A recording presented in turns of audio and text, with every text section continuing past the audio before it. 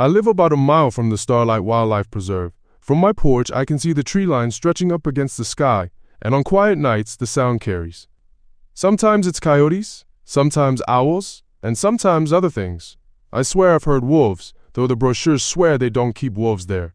It's a sound that doesn't belong in this part of the state. The preserve has always struck me as too polished. Every building freshly painted, every path swept clean, every tour perfectly staged. Tourists come from all over to gawk at the rescued wildlife, to buy souvenirs, to donate to the cause. The locals? We keep our distance. It doesn't feel like a place for us. It feels like a place built to look right, not necessarily to be right. At first it was easy to ignore, but then the animals in town started changing. The crows were the first. They stopped just being scavengers. They began organizing, moving in deliberate groups. You could walk down Main Street and see them lined along the telephone wires, all facing the same direction, all watching the same thing. Once, one dropped a $20 bill directly in front of me, as if it were trying to buy my attention. When I bent to pick it up, they all erupted into flight, a storm of wings and claws, like I'd broken some rule I didn't understand. Then came the raccoons.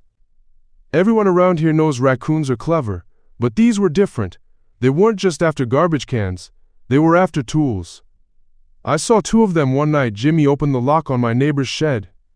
They came out carrying his toolbox between them, waddling down the street like tiny masked burglars.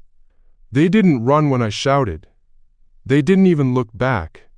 They just carried the box straight toward the preserve gates, as if they had a schedule to keep. People laughed when I tried to tell them. The cops especially. They chalked it up to me being sleep-deprived, maybe having a beer or two too many before bed. Raccoons can't commit burglary, they said. But that didn't explain the rash of robberies sweeping through town. Jewelry stores hit with no forced entry, armored trucks found emptied with their locks intact, banks reporting missing cash without a single alarm tripped, and the only thing anyone could find were scattered paw prints and the occasional feather. I started staying up later keeping watch. Curiosity can be a dangerous thing, but once you catch a glimpse, it's impossible to stop. And last week, around 2 a.m, I finally saw it. A parade. That's the only word I can use. A procession of animals moving in eerie unison down the cracked asphalt road that leads toward the preserve. Dozens of rats running in orderly rows. Raccoons carrying bulging sacks. Cash. Jewelry. I couldn't tell. Crows swooped overhead in perfect formation, silent except for the occasional wing beat. And then, at the rear of the procession, I saw them. 2 figures. Tall. Too tall. Their skin shimmered like gasoline on water, shifting between colors with every step. They weren't human. Not even close, though they wore something like clothes.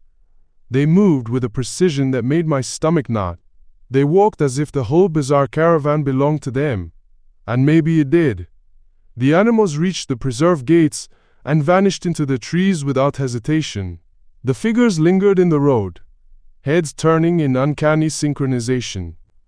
I ducked beneath the window, heart hammering, but I swear they looked right at my house before they followed their creatures inside.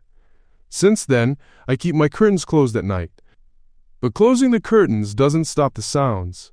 I hear them, claws clicking on pavement, the faint rattle of coins, the metallic squeak of locks opening. Sometimes I find evidence left behind, wet dollar bills crumpled in the ditch, a gold chain glinting in the grass, once even a pistol clip, gnawed clean, as if some animal had decided it was useless. The town still loves the preserve. Tourists still come, posing for pictures in front of the carved wooden gates, never realizing what's inside. They call it a miracle of conservation, a triumph of compassion. But I know better. I've seen the order in the chaos, the deliberate way those creatures move, the alien silhouettes shepherding them home. And I know it's only a matter of time before they decide I've seen too much,